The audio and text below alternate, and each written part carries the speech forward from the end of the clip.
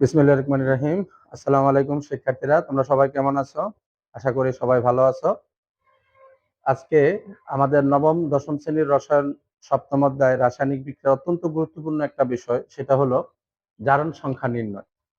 আজকে আমরা জারণ সংখ্যা নির্ণয় শিখবো, কারণ জারণ সংখ্যা নির্ণয় জারণ বিজারণ বিক্রিয়ার মধ্যে যেরকম গুরুত্বপূর্ণ একটা বিষয় হয়ে দাঁড়ায়, তেমনি আমাদের বিভিন্ন বোর্ড প্রশ্নগুলোতেও কি আসে, জারণ বিজারণ বিক্রিয়া 3 মার্কের জন্য আসে। তো চলো আজকে আমরা যৌগের বিরুদ্ধে কিভাবে মৌলের জারণ সংখ্যা নির্ণয় করব, এই বিষয়টা আজকে আমরা শিখব। তো এই বিষয়টা শেখার আগে প্রথমে আমরা যে কাজটা করে নিতে হবে সেটা হলো জারণ সংখ্যা কাকে বলে, এটা আমরা বিষয়টা একটু জেনে নিই। তাহলে চলো জারণ সংখ্যা জারণ সংখ্যা কাকে বলে আমরা এই বিষয়টা একটু জেনে নিই। জারণ সংখ্যা, ওকে। তাহলে আমরা বলবো যৌগ গঠনের সময় যৌগ গঠনের সময় যৌগ গঠনের সময় কোনো মৌল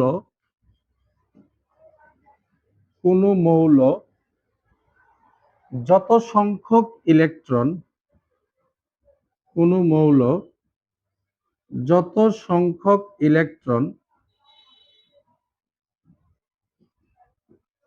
ত্যাগ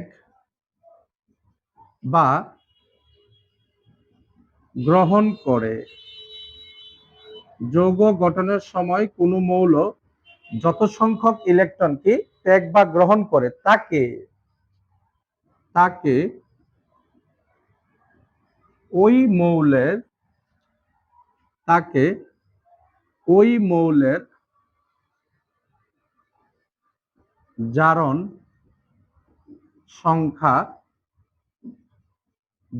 সংখ্যা বলে। আর আমরা পঞ্চম অধ্যায়ে জেনে এসেছি যে যৌগ গঠন কিভাবে হয়। যৌগ গঠন দেখা যাচ্ছে যে যৌগ গঠন আমাদের এই ইলেকট্রন আদান প্রদানের মাধ্যমে হতে পারে, ইলেকট্রন শেয়ারের মাধ্যমে হতে পারে।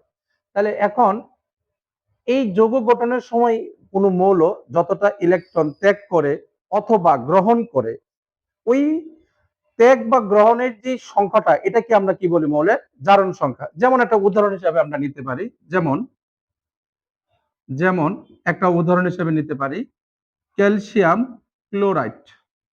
এই ক্যালসিয়াম ক্লোরাইড যৌগ গঠনের সময় ক্যালসিয়াম কি করেছিল? দুইটা ক্লোরিনকে তার দুইটা ইলেকট্রন কি করলো? ত্যাগ করলো।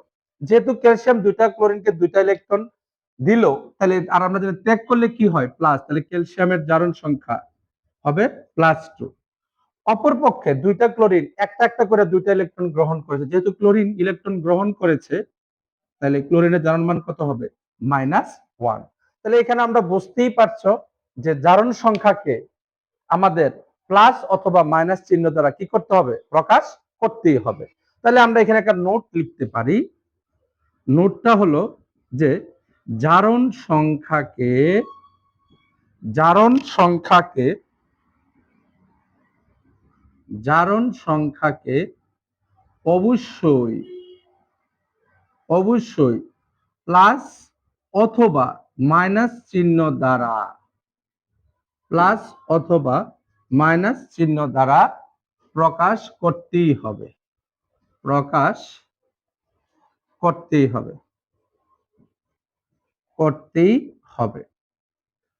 কিন্তু আমরা যখন যোজনী পড়েছিলাম পঞ্চম অধ্যায়, এখানে বলা ছিল যোজনীকে কখনোই প্লাস অথবা মাইনাস চিহ্ন দ্বারা কি প্রকাশ করা যাবে না। অর্থাৎ তাহলে আমাকে যদি যোজনী জারণ সংখ্যার মধ্যে পার্থক্য, এটা একটা অন্যতম পার্থক্য, যে জারণ সংখ্যাকে প্লাস মাইনাস দ্বারা প্রকাশ করব, আর যোজনীকে কখনোই প্লাস মাইনাস দ্বারা প্রকাশ করা যাবে না। তো এখন আসো আমরা শিখব যে একটা যৌগের ভিতরে একটা একটা যৌগের ভিতরে একটা যৌগের ভিতরে কিভাবে আমরা একটা মৌলের জারণ মান আমরা নির্ণয় করতে পারি। একটা যৌগের ভিতরে কিভাবে আমরা একটা মৌলের জারণ মান আমরা নির্ণয় করতে পারি। এটাকে নির্ণয়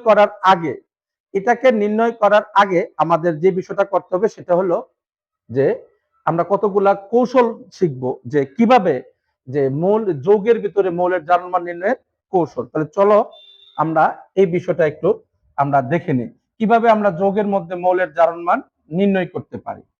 তাহলে আসো তো এই কৌশলগুলো যখন আমাদের এই থাকবে, মানে মনে থাকবে, তাহলে এই যোগের ভিতরে মৌলের জারণ মান নির্ণয় আমাদের আর কখনোই ভুল হবে না। তাহলে এটা আমরা প্রথমেই বলেছি যে এটা বোর্ড পরীক্ষাতে প্লাস আমাদের জারণ বিজারণ বিক্রিয়ার জন্য এটা খুব গুরুত্বপূর্ণ একটা বিষয়। ওকে, তাহলে এখন আসো আমরা একটা হেডলাইন দিই যে জারণ সংখ্যা নির্ণয়ের জারণ সংখ্যা নির্ণয়ের জারণ সংখ্যা নির্ণয়ের কি কৌশল। আমরা বিভিন্ন ধাপে ধাপে এগুলো আমরা কি করব জানবো। তাহলে আসো প্রথমে আসো ফার্স্ট স্টেপ, মানে প্রথম ধাপে আমরা কি করব, উদ্দীপকের যে বিক্রিয়াটা থাকে উদ্দীপকের উদ্দীপকের বিক্রিয়া উদ্দীপকের বিক্রিয়া উদ্দীপকের বিক্রিয়া সম্পূর্ণ করা, সম্পূর্ণ করা। সেকেন্ড যে স্টেপ, এই স্টেপে কি করব, যেই মৌলের জারণ মান নির্ণয় করব, যেই মৌলের জারণ মান নির্ণয় করব,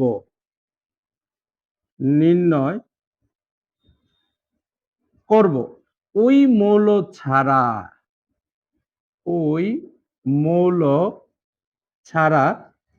বাকি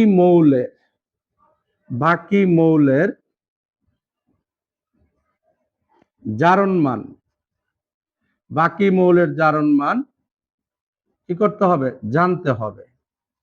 বাকি মৌলের জারণ মান কি করতে হবে, জানতে হবে। ওকে, থার্ড স্টেপে কি করতে হবে, প্রত্যেকটা মৌলের জারণ মানের পরে প্রত্যেকটি মৌলের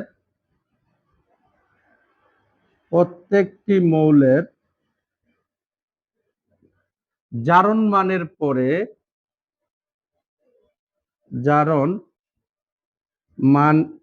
পরে যোগ চিহ্ন দিতে হবে, যোগ চিহ্ন দিতে হবে। ওকে, ফোর্থ স্টেপ কি করব, যে যৌগের সামগ্রিক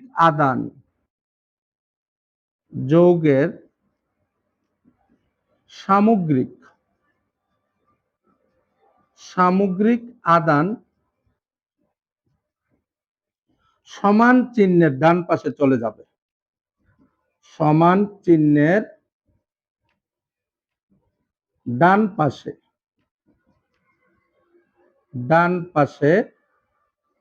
চলে যাবে। ফিফথ স্টেপ, মানে 5 নম্বর ধাপে আমরা হিসাব করে ওই যৌগের মধ্যে কাঙ্ক্ষিত মৌলের জারণ মান নির্ণয় করব, হিসাব।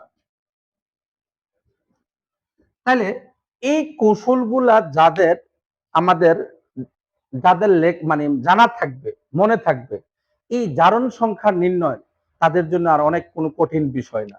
চলো আমরা এই কৌশলের আলোকে আমরা কিভাবে যৌগের মধ্যে মৌলের জারণ মান নির্ণয় করব এই বিষয়টা আমরা এখন শিখবো। তাহলে কৌশলগুলো আমরা আরেকবার একটু বলে নেই, যে প্রথম ধাপ কি, উদ্দীপকের বিক্রিয়াটাকে সম্পূর্ণ করতে হবে, যেই মৌলের জারণ মান নির্ণয় করব ওই মৌল ছাড়া বাকি মৌলের জারণ মান আমাকে জানতে হবে, প্রত্যেকটা মৌলের জারণ মানের পরে যোগ চিহ্ন দিতে হবে, যৌগের সামগ্রিক আদান সমান চিহ্নের ডান পাশে চলে যাবে, লাস্টে হিসাব করব। তাহলে চলো আমরা একটা কি করি, একটা যৌগের মধ্যে মৌলের জারণ মান নির্ণয় করি। তাহলে ঠিক আছে, আমরা একটা যৌগ নিলাম K2Cr2O7 পটাশিয়াম ডাইক্রোমেট।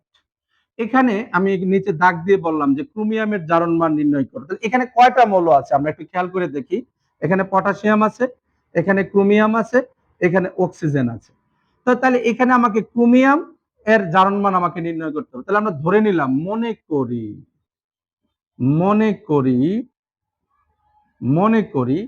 ক্রোমিয়ামের জারণ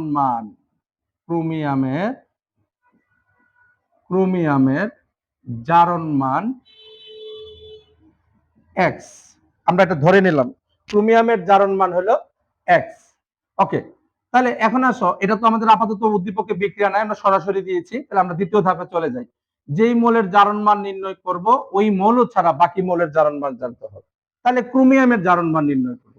ক্রোমিয়াম ছাড়া বাকি যে দুইটা মৌল আছে পটাশিয়াম এবং অক্সিজেন, তাদের জারণ মান আমাদেরকে কি করতে হবে? জানতে হবে। এখন আসো আমরা কিভাবে জানবো?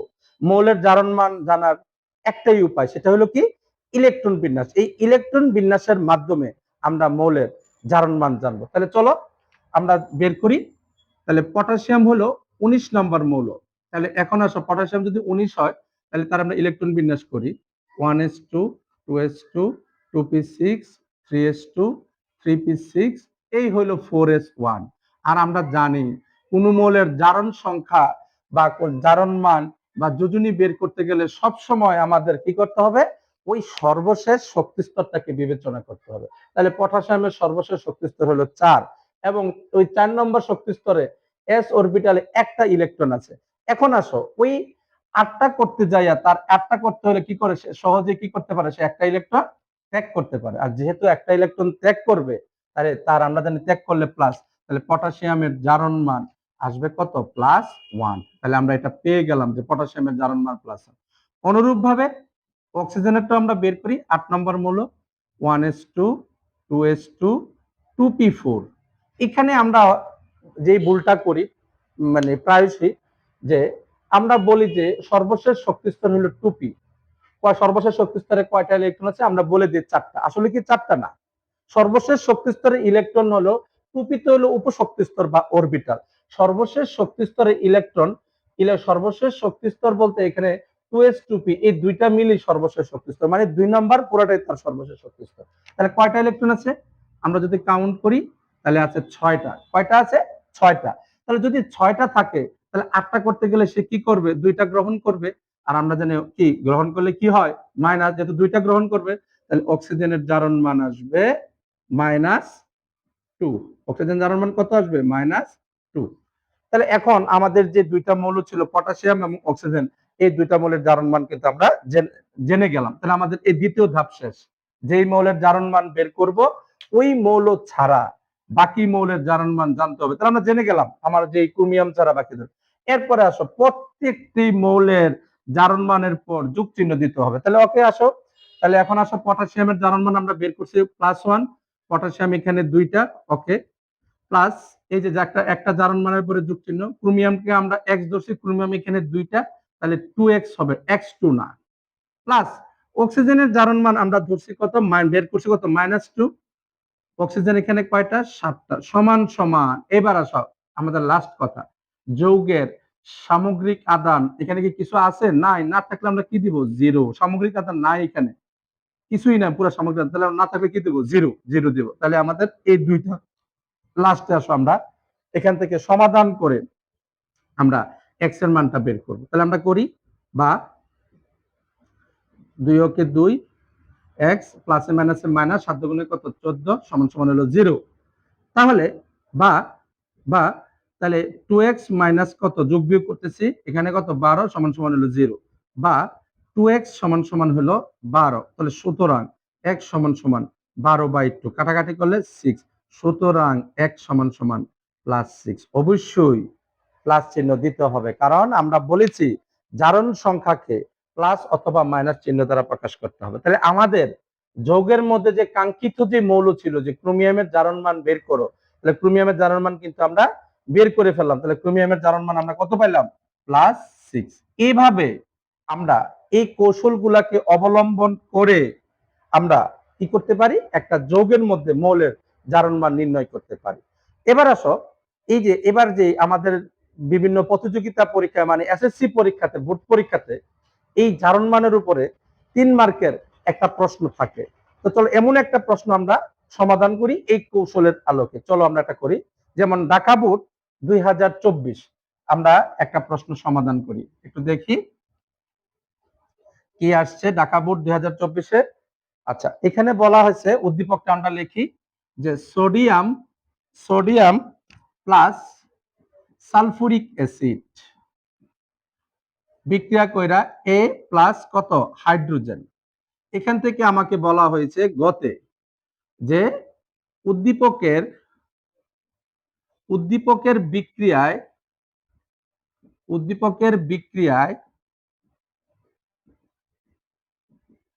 এ উৎপাদের এ যৌগের বা উৎপাদের বললে হবে না, এ যৌগের সালফারের সালফারের জারণ মান সালফারের জারণ মান বের করো।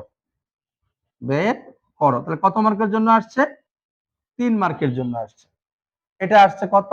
ঢাকা বোর্ড ডিএইচবি 2024 এই বোর্ডে আসছে। তাহলে এখন আসো আমরা দেখি যে এই বোর্ড প্রশ্নটা আমরা কিভাবে সমাধান করতে পারি এই কৌশলের, এই জারণ সংখ্যা নির্ণয়ের কৌশলের আলোকে।